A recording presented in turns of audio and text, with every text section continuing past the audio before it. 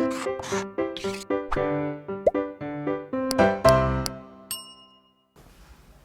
Students, welcome back to Blueprint Digital. आज की इस वीडियो में हम आहार नाल की आंतरिक संरचना यानी कि internal structure of alimentary canal के बारे में पढ़ेंगे। वीडियो को स्टार्ट करने से पहले हमारे चैनल को सब्सक्राइब करें और बेल आइकन दबाना न भूलें, जिससे हमारे लेटेस्ट वीडियोस की नोटिफिकेशन आपको प्राप्त होती रहे। अब हम आज के टॉपिक पर आते हैं। आहार नाल की वाल 4 लेयर से मिलकर बनी होती है, जो बाहर से अंदर की ओर सिरोसा यानी कि लस्य स्तर या सिरोसा कहलाता है। उससे अंदर की तरफ मसल लेयर होती है यानी कि पेशी स्तर होता है, जिसमें बाहर वाली जो सर्कुलर इनर लेयर होती है जिसे वर्तुल बोलते हैं, और अंदर की तरफ बाहर की तरफ लॉन्गिट्यूडनल मसल लेयर होती है जिसे हम अनुदैर्ध्य पेशी स्तर बोलते हैं। इसके बाद सबम्यूकोसा बोलते हैं यानी कि अध श्लेष्मिका स्तर या सबम्यूकोसा कहलाता है, और सबसे अंदर की तरफ म्यूकोसा होता है।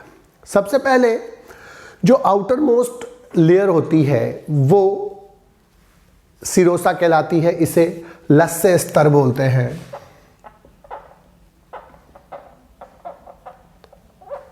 और जो ये सिरोसा होती है वो इसोफेगस में ट्यूनिका एडवेंटिशिया कहलाती है।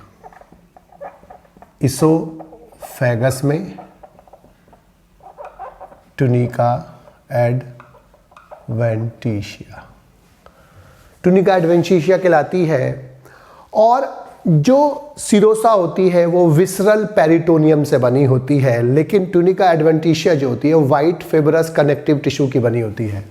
वाइट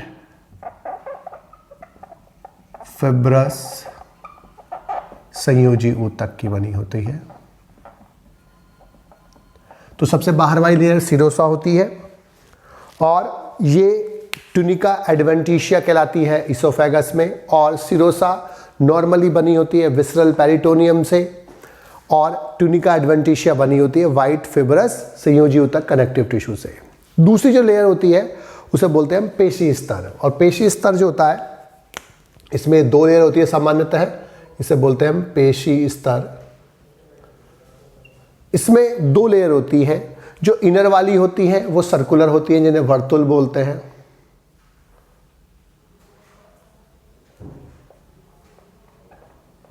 वर्तुल स्तर वर्तुल लेयर कहलाती है, जबकि जो लॉन्गिट्यूडनल होती है उसे बोलते हैं अनुदैर्ध्य। तो जो मसल लेयर है वो इनर सर्कुलर यानी कि वर्तुल लेयर से और बाहर वाली लॉन्गिट्यूडनल लेयर से बनी होती है। जो थिकेस्ट लेयर पाई जाती है वो पाई जाती है अमाशय में, यानी कि स्टमक में सबसे थिक होती है लेयर, और इसीलिए वहाँ पर अधिकतम यानी कि मैक्सिमम पेरिस्टाल्सिस होती है, क्रमाकुंचन होती है। जबकि रेक्टम यानी कि मलाशय में ये सबसे कम होती है, सबसे पतली होती है, थिनेस्ट होती है, इसलिए वहाँ पर सबसे कम पेरिस्टाल्सिस होती है। तीसरी लेयर जो होती है वो सब म्यूकोसा कहलाती है, इसे अर्धश्लेष्मिका कहते हैं।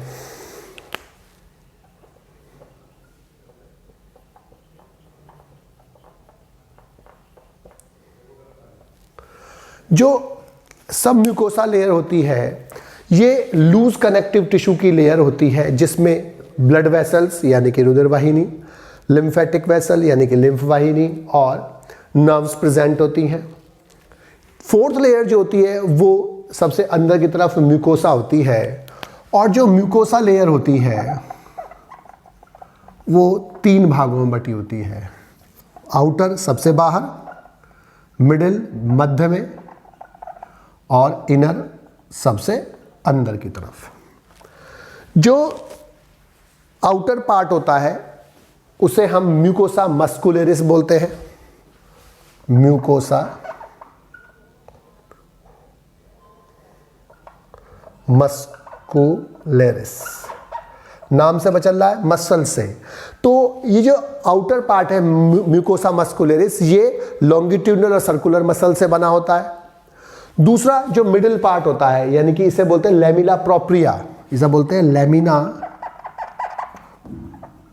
प्रोप्रिया। जो लेमिना प्रोप्रिया है, इसका मिडिल पार्ट होता है, उसमें कुछ मॉडिफाइड लिम्फेटिक टिश्यूज प्रेजेंट होते हैं जो इम्यूनिटी प्रतिरक्षा प्रदान करते हैं, जिन्हें जैसे पेयर्स पैचेस, पेयर्स पैचेस। इसके बाद जो इनर पार्ट होता है, ये इसको म्यूकोसल लेयर बोलते हैं, म्यूकोसल लेयर यानी कि श्लेष्मिक स्तर बोलते हैं इसको। इसोफेगस में ये लेयर जो होती है वो non keratinised stratified squamous epithelium की बनी होती है। नॉन कैरेटिन या नॉन कैरेटिनाइज का मतलब जिसमें कैरेटिन प्रोटीन नहीं होती है। स्ट्रेटिफाइड का मतलब होता है जिसमें सेल्स एक से अधिक लेयर में व्यवस्थित होती है, यानी कि स्तरित बोलते हैं इसको। और स्क्वैमस का मतलब होता है फ्लैट सेल्स जो अरेंज होती हैं, उसे हम बोलते हैं स्क्वैमस एपिथेलियम। तो ये non keratinised stratified squamous epithelium से बना होता है। लेकिन अदर पार्ट्स में, अन्य पार्ट्स में जो ये म्यूकोसा लेयर होती है, ये लास्ट वाली इनरमोस्ट म्यूकोसल लेयर होती है, ये कॉलमुलर म्यूकस एपिथेलियम से बनी होती है, यानी कि क्यूब लाइक सेल से जिसमें म्यूकस स्राव करने की क्षमता होती है। ये जो ल्यूमेन होती है बनाती है एलिमेंट्री कैनाल की, और ये फोल्ड्स बनाती है एलिमेंट्री कैनाल में, उभार लाइक संरचनाएं बनाती है, वर्तुल बोलते हैं इनको। तो जो उभार बनाती है, प्रवर्ध भी बोल देते हैं इनको। तो ये लेयर जो होती है वो फोल्ड्स बनाती है एलिमेंट्री कैनाल में। जो इसोफेगस होता है, ग्रास नली, उसमें जो फोल्ड्स होते हैं, जो ग्रास नली होते हैं, उसके जो फोल्ड्स होते हैं, सब में फोल्ड्स प्रेजेंट होते हैं। जो फोल्ड्स होते हैं वो कम डेवलप्ड होते हैं, कम विकसित होते हैं। तो फोल्ड्स यहां पर कम विकसित होते हैं। इसके बाद जो नीचे की तरफ जब चलते हैं तो उसके बाद आता है स्टमक यानी कि अमाशय। अमाशय में जो फोल्ड्स होते हैं, तो स्टमक में फिंगर शेप्ड होते हैं और वो ग्लैंड्स बनाते हैं। ये फिंगर शेप्ड होते हैं यानी कि उंगली समान होते हैं, और ये क्या बनाते हैं? ग्लैंड्स बनाते हैं। और वो ग्लैंड्स कौन सी होती है? Gastric gland.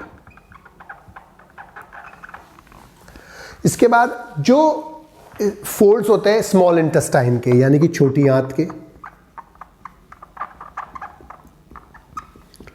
छोटी आंत में जो फोल्ड्स होते हैं तो वो स्मॉल इंटेस्टाइन में कोनिकल होते हैं और वो स्लिट लाइक स्पेस बनाते हैं, जिन्हें क्या बोलते हैं? विलाई बोलते हैं। अब ये क्या बनाते हैं? विलाई बनाते हैं। इसके जो फोल्ड्स होते हैं वो विलाई बनाते हैं, रसांकुर बनाते हैं। जो फोल्ड्स होते हैं स्मॉल इंटेस्टाइन के, वो कोनिकल शेप्ड होते हैं, जिन्हें विलाई कहते हैं।